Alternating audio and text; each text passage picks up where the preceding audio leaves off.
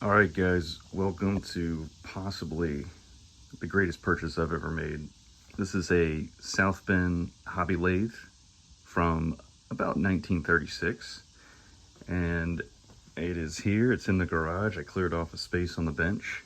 I have a temporary support just in case, because this 5/8 thick piece of plywood on top. I'm just a little worried because this lathe, I picked it up and one of the neighbors helped me carry it. If I hadn't been going to the gym over the past year, I would not have been able to pick up this end. The weight is mostly, I would say 70% of the weight's over here, 30% on that end. I would say the whole lathe weighs about 250 pounds, and I could probably look that up. But here it is. The overall length is just under 5 feet at about 58 inches or so. And I'm just super excited because working at the machine shop for 8 years, I would say I got to maybe a intermediate level, and now I can just try to further increase my skills. So you can see it says the swing of the lathe is 9, length of the bed, it's gonna be hard to read, but it's 4.5. That's actually a 2. If you look up, I won't focus real close. And this has a bunch of gears that you can change for threading. And it's a belt-driven lathe, whereas a lot of the ones I worked on, you would just change a lever, like almost like a Ferrari style shifter lever for the different feeds and speeds for threading. And here's the pulley for where the belt will ride on. And then actually, hang on, I'm figuring this out because I took it all apart with the guy who I bought it from. I think the belt actually rides, because this pulley sits on this shaft.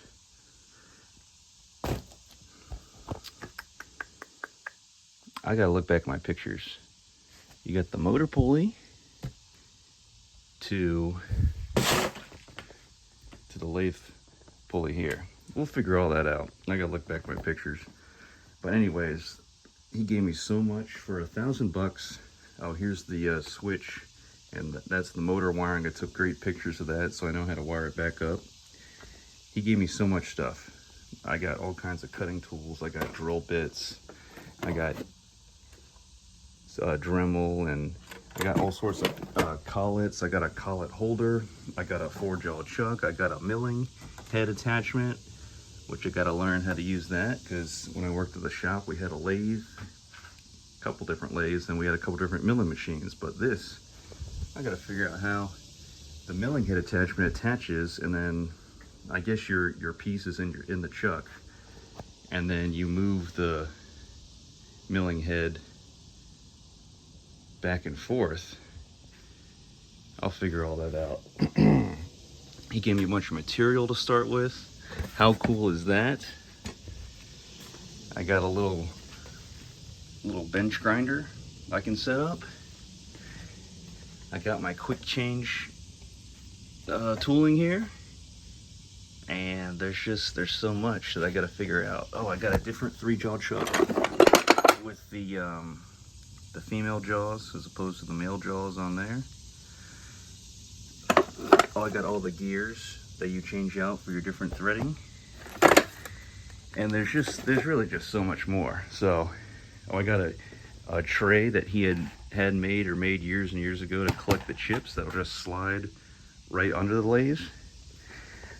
I got files, brushes. I mean, this was like, if I didn't say yes to this, I'm even dumber than I sound, right? I mean, come on, I had to jump on this.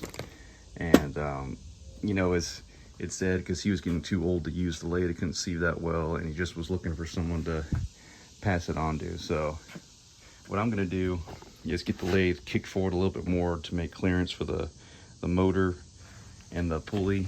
It's gonna sit somewhere back here. I got my 115 volt plug right nearby. And oh, this box he had made up even has for rotation, forward and reverse on your lathe, depending on what you're doing. Here's yeah, it's super small compared to the lathes I was working on. And this is all old school stuff. No CNC, just straight up manual machining here, and I can't take super heavy cuts.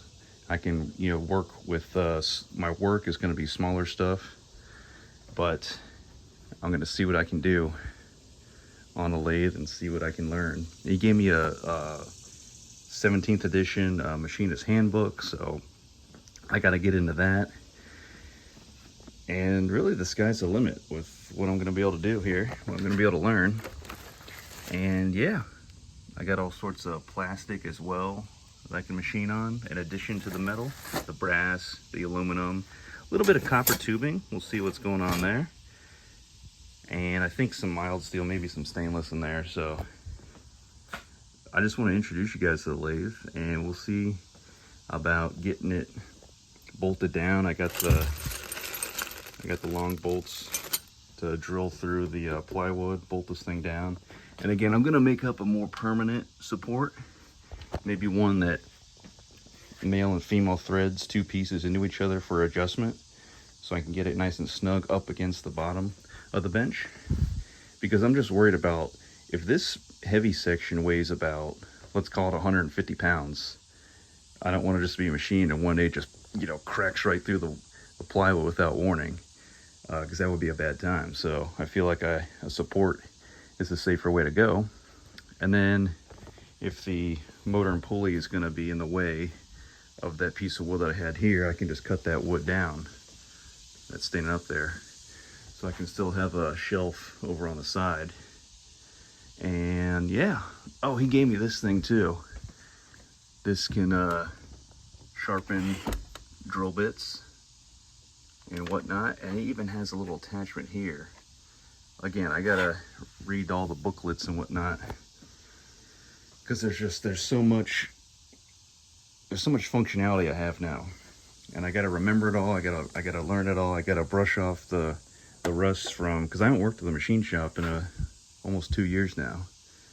But it'll come back to me, and of course I got the handbook, and we can really go crazy. So thanks for watching. There'll be actually more machining videos, because I said 2 years ago, end of the machining videos, but here we are unexpectedly with the return of them. So thanks for watching.